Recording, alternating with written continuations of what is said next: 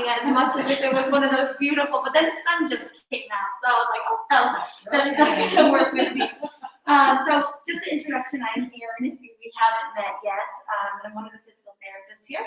And basically what we're going to try to talk about, this is with it being a little bit of a smaller group, I think that's great because we're also going to go right into some movements, see what our shoulder joint does, and check if there's any asymmetries between the sides. We're actually going to be able to test that, and I'll be able to test all of you. And then we can see really what the integrity is of your shoulder joint. I'd like to just sort of go around and just get some sort of pain points from the three of you as to why you are here today and what might be causing where your pain is really coming from or what it's, when it's there the most. So if you wouldn't mind, would you like to go first? Sure.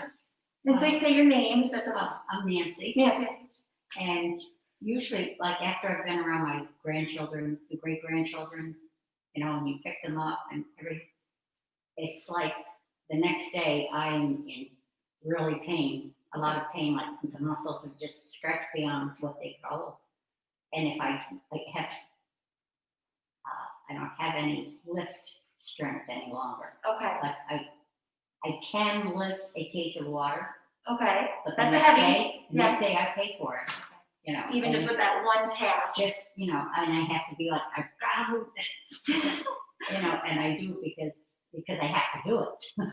So it's typically lifting, or when there's some sort of load, and when you have to grandkids, you have to lift them, right? Those hugs and those, you can't be really beating with that. Okay, so we'll sort of mark that one down in my brain. How about you, Lainey? What are your shoulder symptoms like?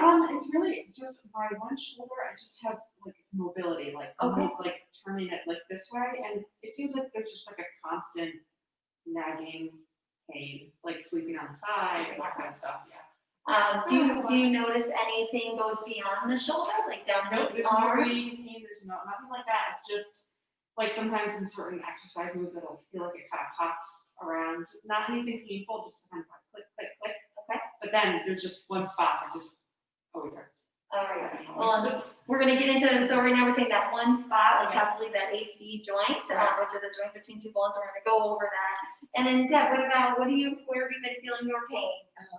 Mine has been just the right shoulder, mainly the bicep, and Chris, my trainer, it's been going on for some months. Chris, my trainer, has been working it for some months, and literally just this week said, have you told Joe about this? And I said, no. And I said, why not? And I said, because it was kind of muddy the water, because I'm seeing Aaron's husband. Or my dad. And I said, it was muddy the water, I'm here for the help. And he said, you really should tell him. So, and then this came up. This is very timely. When I saw your name on the list today, I was like, well, perfect, because just as I said, sometimes we're not just in one body part that's in pain, and that's very common. I wish we were. Luckily, all your left side seemed good, so you're 50% there, guys. So what I wanted to go over first is the anatomy, because there are several different diagnoses that can happen at the shoulder. It sounds like we have three different ones, which is great. Some bicep tendonitis or some bicycle issues, possibly an AC joint or mobility, some dyskinesia, which is a word that means that everything's not moving correctly. So when you are doing exercises, possibly it's rubbing down on some certain areas. And then for you, it might be some of that weakness that you're feeling when you're lifting the grandkids or that case of water. Maybe are the nerves getting to those muscles correctly from the neck or from above and below, and that's sort of limiting your ability to do some of those functional tasks. So very, very easy. We'll try to draw the right shoulder here. We've got basically your glenohumeral joint. So the first is the long bone arm, and it sort of comes up and in like this, and that's the humerus. It attaches to the inner surface, and there's a labrum in between here. Right? And behind that is the wing. It's sort of hard, but that's your scapula. So behind here is a triangular form, like your scapula. It comes from this bone. And we've got a little joint here. We've got a long clavicle, right? And then here's the sternum. I always draw it like a tie. Does that sort of seem like, can we see a shoulder here? Yes. So what we're going to talk about first is how the shoulder works best when it has nerve feed coming in from the neck. So above the shoulder here, we've got 7 vertebrae. And exiting, we'll show forks all the way up, picture fork. Exiting each of these vertebrae is a nerve, and that's what we call the brachial plexus. And that comes all the way down and feeds all of the muscles in our arm and actually allows it to work. One of the first things that can cause shoulder pain is some sort of cervical stenosis or some sort of narrowing of the nerves going on up front, up top, and then those nerves can't get to the muscles of the joints of the shoulder joint. You need that proper innervation or that proper flow in order for them to work properly. Doesn't have anything to do with how well it's moving, but for them to work as well, to be recruited for those heavier tasks. So possibly what we do in physical therapy is we always assess your neck. So that's something that I didn't add on that chart there, but we will maybe specifically for you, Nancy, is how well, like how much movement you have with your neck, how much you can rotate it, and see if there's any restrictions up here. But then what we're definitely going to do is check what we call your myotones, and that's how strong your muscles are in your arm due to this innervation or this flow of conduction or flow of nerve signals to the shoulder. So that's sort of one thing. I think you see that up on the top there is what what it could be caused from, and sort of from that cervical. What's the next one on there, Nancy? Glenohumeral joint osteoarthritis. All right. So this is another one of those where, so here's our glenohumeral joint. We've got our glenoid and our humerus. And this joint here is how it could become arthritic. Sometimes over time, just like osteoarthritis in the knee or the hip, we know that due to wear and tear or excess loads that are put onto our body, that joint can actually sort of decay, or it starts, as Joe mentioned in the previous sort of class, we wrinkle and gray on the outside and our bones wrinkle and gray on the inside too. So similarly at that joint, possibly the lubrication or those articular surfaces are not as smooth as when we were in our teens and 20s. What that can do is cause some grinding on the soft tissues that are between there, and basically just make any of those normal movements, even without weight, painful. Do any of you know anybody who's had a total shoulder joint replacement? How are they doing now? She was doing well with it, but now she's gone. Yeah. It was my grandmother-in-law. But Okay. She had it for like 15 years and it was wonderful. Good, and the reason is that ball and socket joint, because of whatever she did, and we always look at what the person did for it was either athletics or their job, and maybe some repetitive use can really wear down those surfaces, and that's one thing that sort of can cause shoulder pain is if there's no longer those smooth surfaces between here. And a lot of people show, I'm going to do this a lot today. This is that long bone, and this is that sort of claw circle here. Underneath here, there's some soft tissue structures. There's a labrum. Has anybody heard of labral tears in their shoulder? Yes. A labrum is an interface or an inner surface between the ball and the socket. Sometimes that, with repetitive wear or use, can sort of tear it down, or with injury. There's also rotator cuff tendons. We're going to get to that because that's in the title of what we're doing today. But there's rotator cuff tendons that sort of insert to this bone, and if the joint is not working very well, it can sort of become inflamed. So that's the glenohumeral. Good job.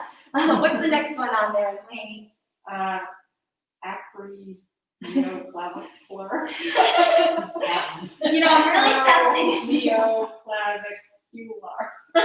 That's very good. That was excellent. Acromioclavicular. Oh, yes. Just what you said. Exactly. Well, and you know where your clavicle is. Most people know. I broke my clavicle back when I was 7 years old. I was showing off on a swing set. You know the little horse one where two people ride on it? I was riding on it by myself. My cousin was pushing me on the back. Look, no hands. Fell off the back into a fence. So that clavicle, I'll always remember that bone. But so the clavicle shoots off of the sternum here and inserts to the acromion, which is basically another part of the scapula. The scapula, it's really hard to show because it's behind us here, but it has some bony prominences that come to the front, and that's where it inserts there. There's a very fine movement, similar to like your SI joint, where it doesn't have 180 degrees of motion, but sometimes it sort of looks like this, how it inserts. You can have some wear down of the cartilage surfaces between it, and it can cause a lot of that spot-specific pain, which is what Lainey sort of explained, that can also cause shoulder joint pain. All right, Deb, what's the next one? Hopefully, I love that. okay. Rotator cuff. Rotator cuff, okay. So it was news to me. So as we have, which might be a testament to this day, right? We had 9 plus a 10, a person come for the low back pain. That's a little bit more prevalent. In United States, or actually in UK, the most recent study that I just saw in the UK, what percentage would you say people go to their primary care doctor for a new onset of a shoulder pain in a year? 5%. Good guess. Say maybe 25%. I'd say minimal. 1. So I'm preparing for this talk, and I'm like, what? But, compared to low back pain, which is sometimes 45% or a little bit higher, so 1%, but the prevalence can range from 4 to 25%. But how many in that one study, which looked over several randomized controlled trials, 1% of those folks who were in the research part went to their primary care doctor for review. So, but don't worry, guys, we're still listening to you who have it. So that 1% of shoulder, but out of that 1%, over 2/3 of those 1% of people, it's all rotator cuff related injuries. So you see that sort of statistic on there. So 2/3 of rotator cuff. And why is that? Because the rotator cuff is almost all 4 of what you just listed involved in that, right? If the nerves are not getting to the rotator cuff muscles, they're going to work inefficiently and not deliver the best strength that they can for whatever the task is. If the space between this glenohumeral joint has narrowed, has become lessened because of osteoarthritis, that's now going to become abrasive, or it's going to become that repetitive wear and tear on those tendons, which is going to fray them, create inflammation. Possibly you hear sometimes partial incomplete rotator cuff tears. You might not even have had that one like fallen on an outstretched arm moment that tore your rotator cuff, but you might like to wash your windows come spring or fall, whichever time you do it, and just that repetitive motion, it could be that straw that broke the camel's back. So there's 2 things. We also know, besides the nerves coming to it, the glenohumeral joint makeup, the rotator cuff is what causes a lot of movement of our scapula. So there's 4 rotator cuff muscles, and what they really sort of work on is raising your arm out, internally rotating, externally rotating, and but the main function of it all is to stabilize this head in the socket with all these motions. So out of all those 4 rotator cuff muscles, one of them does this, one of them does that, one of them comes out, but all 4 of them together stabilize it. So if this whole shoulder joint is not working properly, you can get some that are overactive or underactive or overworking, and it really causes more thickness in the tendon and a lot of those pains. So when we talk about sort of rotator cuff tendonitis, tears, has anybody ever been diagnosed with a rotator cuff specific injury? Yes. Is that what, I know you also are noticing some bicipital issues. I've had surgery on my shoulder. Both rotator cuff repair. Partially torn. Okay, so how are they doing now? They're doing fine. Yeah, It's just the it's bicep. a little bit different. So, and they can, doctors have found that they can go in. So what are some treatment approaches? And that's a big question, is how can physical therapy help? What can be done? A lot of these diagnoses of that list of the 4 that we gave you, most of them can be helped through physical therapy, through sort of non-medical interventions and conservative care. With rotator cuffs, we really want to isolate where your weaknesses are, where your limitations of range of motion are, where your weakness is lifting, so how much load you can do before it breaks. And that'll tell us more what structure is limited. Does that make sense? So right now, as you're all sitting here, I have an idea of what's going on. Like I think I already pegged you, Nancy, as maybe some lack of nerve conduction, which is why when you're raising your shoulder or lifting with it, it's bothering you. I'm thinking maybe Lammy's a little bit more of that scapular dyskinesia, which means all of her movement is not fully there. So when she doesn't do workout or exercise, so when she's lifting with weights, possibly that load might be too much on the tendon because it doesn't have as much mobility. So that would be like, let's do some mobility here. And with Deb, yours is a little bit more isolated in that anterior biceps, and that's not rotator cuff. But where's the biceps? We'll show Deb's biceps, right? And then we'll try triceps. But then I know it's not proportionate. But then they have a tendon. There's two tendons, a long head and a short head. It's not completely correct, but it inserts into the same very busy area. So the biceps tendon is also trying to go through and sort of work with all of those. So what I was hoping we could do is sort of right now, if you guys are okay, we're going to stand up and we're going to try. And Joe, maybe you could pair up because we're going to take. They've got right and left measurements, and we're going to write down your measurements that we have. So if you want to go with Lainey, Joe, and I'll go with Nancy and Deb. When we say stand up, you can do this from seated position, but in the standing position, we can see compensations. So, I mean, I've seen this many times. Raise your shoulder up. And I'm like, okay, don't lean back. Raise your shoulder. And they really like that to hear, but they lean back. So we can test these different motions. So why don't we, do you want to grab 2 goniometers? What Joe and I are looking for is painful or non-painful.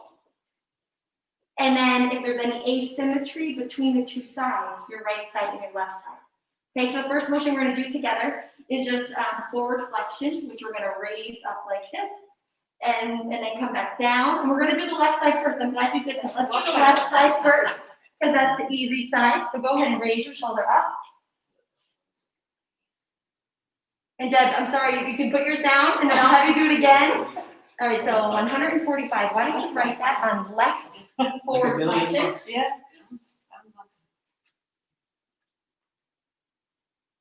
All right.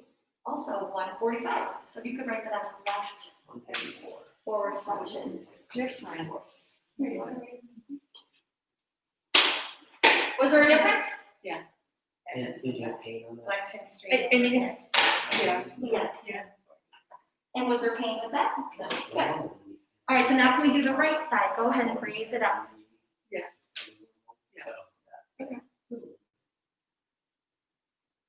All right. So you are about 135. Was there any pain when I cracked top? So was there any pain with that? There's some up and So, okay, so put a little star next to it if there's pain in 135. Okay, now let me see this one. What I'm gonna have you do, I'm gonna have you come back down. This is something that not everybody would see, but instead of going straight up, you did this fun little twist to almost avoid a motion. So bring it straight out and up. Okay, there we go. Okay, 142. So not much different there. Was there any pain with that one? Not so much tighter, definitely tighter. Okay. So not too far under that. Now we're gonna go out to abduction. Basically, that's moving out to the side. Our goal here is about 160.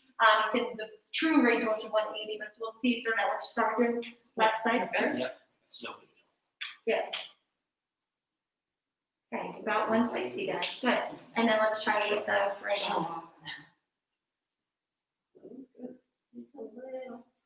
Yeah, 140. So 160 on the left, and Any pain? also you No, not so much. 140. And if there's any symptom that's different, you want to just asterisk it. So we're going to do the left. Let me move this for you first. I can You're going to go out to the side like a snake. Straight up. My husband worked with you. Yeah. Good. 42. He's installing Can you, soundboard. is it okay you can take this then? Sorry. I got you. I was like, oh, I gotta go. Oh, Bye. shoot, I tried to say help. Right, 155. So those will even more than 5 minutes. We're going to have those two. Okay, the next motion we're going to do is internal rotation, which is going to be your right hand behind your back. You're going to reach up to that opposite side of the shoulder, and then same thing with the left. So let's do with your left first. T5. So we're gonna do which spinal? So we're right here about T6, and let's try it with your right side. Don't push it on Okay. Now it's about T8.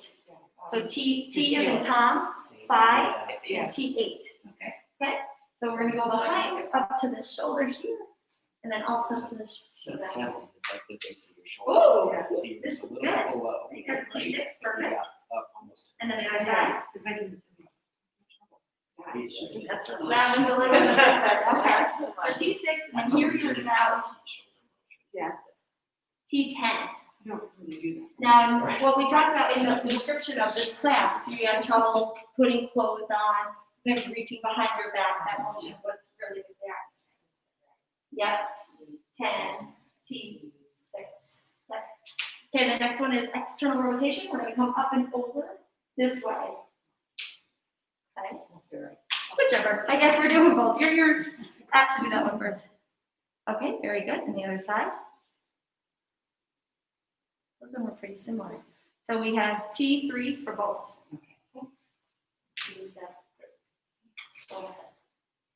Oh, is that one? Okay. Yeah, you do feel like it kind of crunch. Okay. Not. No pain. We're like almost a crack. Slower, but as mobile. So quality I was think we've got different some for that one. WD-40 out And there. I'm also noticing maybe you're trying to say, of course, like you're being more aware of that side. So that one was more teaching, the left one was teaching. Oh, okay. You want to put those both on there. The last ones we're gonna do, and Joe and I are gonna look, there's some inches on here. What we're gonna do is have you go right arm over, left arm behind. We're gonna see how many inches are between the two. And then we're gonna do the same thing this way. We're gonna see what the inches are between the two that way. Right arm first. Yes, right arm over As first. long as there's no pain. Right, yes, don't, because at the If end, you can try to very good. And make a fist. My apologies. So tuck your thumb under, make a fist. There you go. About 10 inches that way.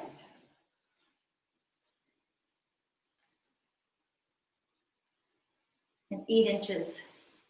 So when you're right. Okay, so then let's go right arm over first. Yep. Don't tuck that thumb up into the hand. Good. And then the same thing with this side. Oh. Good. 8 Do you inches. have pain? Do you have pain? I mean, it's just, Similar. yeah, it just, yeah, I'm aware of it, I guess. It's just- 9 inches. That's a tough motion. Yes. Right arm over, just put 8 on. You can just put it on the side. Okay, so basically this is a slight assessment of mobility. You guys can have a seat. What you want to do is go down and circle the ones that were different compared to the opposite side. So if there was difference on right side versus left, you're going to want to circle. Especially think about quality, not just quantity.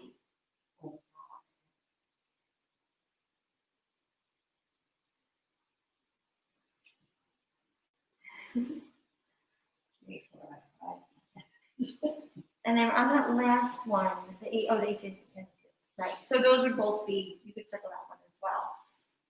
And out of the 1, 2, 3, 4, 5 movements, essentially this is what sort of we look at as to what if there's something, this is just mobility based alone, because we know if you don't have symmetry with your motions, possibly any one of these 4 diagnoses, and we didn't go over the soft tissue structures, which is the last one, because that's a lot of this separate muscles itself, like the bicipital tendonitis, the labral tears. There's also something called frozen shoulder, which is more the capsule. So those are all common, but just for the sake of time, we picked the main things that can happen.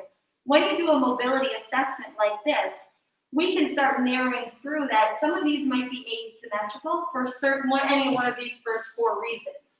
So if you have more than 3 motions that are typically that are asymmetrical compared to the other side, that's when we recommend you should probably do something about it. And obviously in physical therapy, Lainey, I see your eyes. Yeah. And the only reason is if you have one motion, just one motion that was like, I just can't internally rotate, but everything else was pretty great, then we could say possibly just we'll give you a few internal rotation stretches. But because we did a more holistic movement pattern of the shoulder, it's telling us that possibly you have maybe there's nerves that are being compressed. And that would be what a full evaluation would show us that we need to address. Maybe your thoracic spine. I didn't talk about that today, but your thoracic spine is what's actually on the opposite side of the sternum, right? It's below your cervical vertebrae. And if there's not movement there, sometimes your scapula or your shoulder blade can't move as well because the bones around it are very stuck. So there's a lot of different things that might cause, but if there's more than one asymmetry, especially you look at quality, then typically we recommend either addressing it with your physical therapist, having us take a look what might be causing that asymmetry and see like how we can help you with it. Does anybody have any questions about those movements? Does anybody specifically about what we talked about initially? Why might your shoulder hurt when you're lifting your grandchildren out of the water, or leaning with your certain movements where it is? Do you have any further sort of follow-up questions about why that might be happening? No, okay. And same with you, Deb. Anything that you can think of that, I know you probably did a movement in the class or you're overdoing something that bicep tendon is overworking for something that's underworking, right? Sounds logical, yeah. I feel like you've been with us to know it's typically never just the fault of the one thing that's hurting. That biceps tendon is smaller, and that anterior shoulder pain might be bothering you more. And why? It's because maybe that rotator cuff isn't doing its part. Maybe you don't have all that freedom of movement or the nerve feed coming from your neck to support it enough, so that's like overacting. Right, so what we're going to do right now is that we'll just sort of pair up, and Joe and I can talk with you and say what you want to do from here about it. So do you want to schedule? We have 3 different options. One is ignore it, walk on out, say that was nice, that was fun. I'm going to go pumpkin picking. Or 2, set up a screen. The screen is I don't know if I need physical therapy for this, but I do know that I need to get it looked at one-on-one in a room so we can sort of see the movements, check those muscle patterns. Or 3, if you want to go right into sort of some sort of physical therapy episode or session for your pain. Okay? So if you want, we can sort of start talking. I'll talk with you first, Nancy. We can see what your wishes are. I know we talked in like the back pain session as well. Let me just stop this. If anybody is watching from home, I will get the screen, the movements that we just did, and we can send them off to you, and then we can sort of use this video to sort of guide what next steps we can take. Thanks for watching.